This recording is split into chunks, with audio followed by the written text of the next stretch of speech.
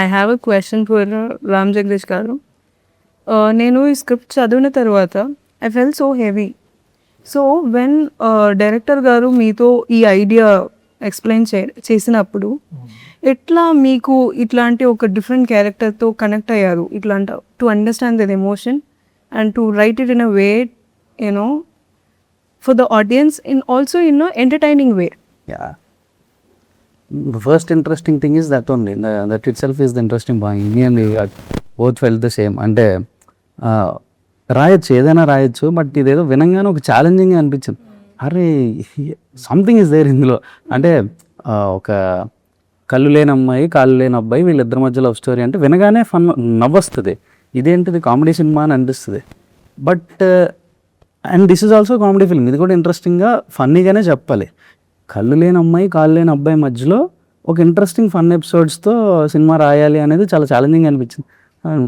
తీసుకోవాలి, ఇదేదో చెయ్యాలి అని అనిపించి, but in the process we got carried away అంటే క్యారెక్టర్స్తో ట్రావెల్ అవ్వడం, అది అలాంటిది జరిగింది. We experienced it and I'm waiting థియేటర్లో ఆడియన్స్. ఇంకొకటి, ఎట్లా మీరు అట్లా ఇట్లా ఒక ఫిజికలీ ఛాలెంజ్డ్ పర్సన్గా ఫీల్ అయ్యారు టు రైట్ దిస్? ఎట్లా how you connected with the character? What would be the homework? Vijay bro. That is from SSO Vijay. అంటే కథ తీసుకొని వచ్చినప్పుడే he was very strong and precise అనమాట. విజయ్ ఐడియా చెప్పినప్పుడు మేము క్లియర్గా ఏం చెప్పాము, లేదు బ్రో ఈ సినిమాలు తెలుగులో ఆడవు, మన వాళ్ళు రకాలు కావు, ఇట్లా కాదు అని చెప్పి మేము క్లియర్గా ఉన్నాం. లేదు, విజయ్ వాస్ వెరీ ప్రిసైజ్ అనమాట. ఈ క్యారెక్టర్ ఇలాగే ఉండదు, ఈ మార్చొద్దు. అప్పుడు చెప్పాం, okay you will do one thing, ఎనర్జెటిక్గా చేద్దాం.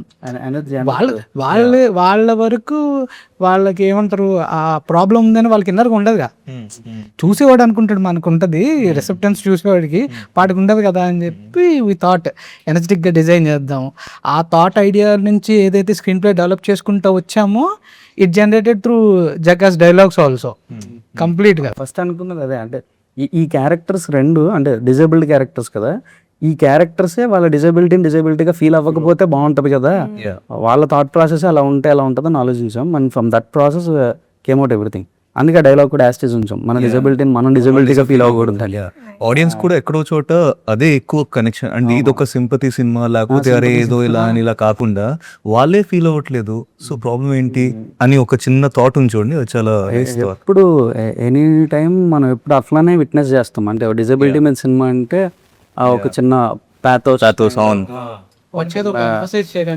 ఆర్ట్ ఫామ్, ఒక హాఫ్ బీట్ సినిమా లాగా వెళ్ళిపోతూ ఉంటుంది. అంటే ఒక డిజబిలిటీ ఉన్న వాళ్ళ సినిమాలని మనం అలాగే అయ్యో పాపం అనే చూస్తాం. ఈ సినిమాని అయ్యో పాపం అని చూడకూడదు ఎవరు అనుకున్నాం.